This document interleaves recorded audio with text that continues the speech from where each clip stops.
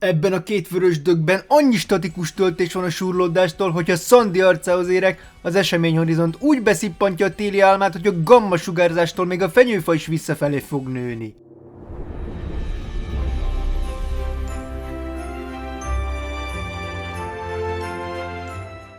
Na itt az ünnepi segrepedeztető. Tényleg ezt nevezték ki főnöknek, és én még prémiumot se kaptam? Na jó van, hozom a vizet, ott basszom meg a 220.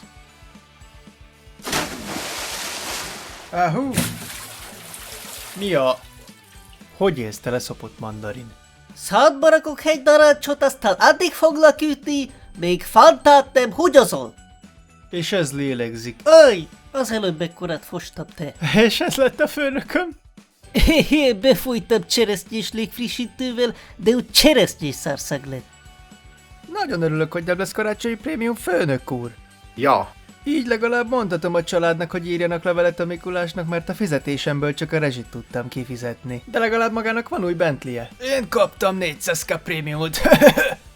Írok neki, olyan egy BMW is. Érted, meglátja a csaj BMW-t, tud szopni a lefaszomat, mint köbíves az első tetszik keverte. nem lehetne, hogy azt írja meg a Mikinek, hogy megbecsülje a dolgozóit? 3 Lidl szatyrot tudtam venni a családnak. Veszek neked negyediket.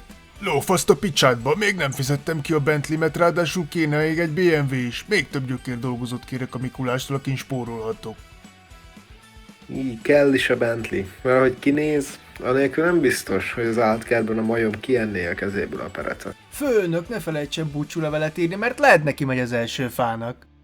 Karácsonyfát lopunk, mi csodás egy ünnep ez. 25-ben karácsonyfát, csak is most így lehet. Az én fámat lopod, megöntelek kis kutyaszarral. Ho ho ho, ho ho ho, ho ho ho, Mi a... Ki akarsz rabolni? ho ho ho, ho ho ho, ho ho ho. Ki az?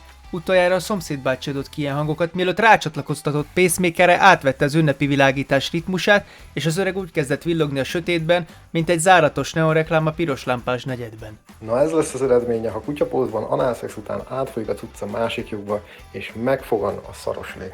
Ez a prémiumom, hogy téged öltöztettek Mikulásnak?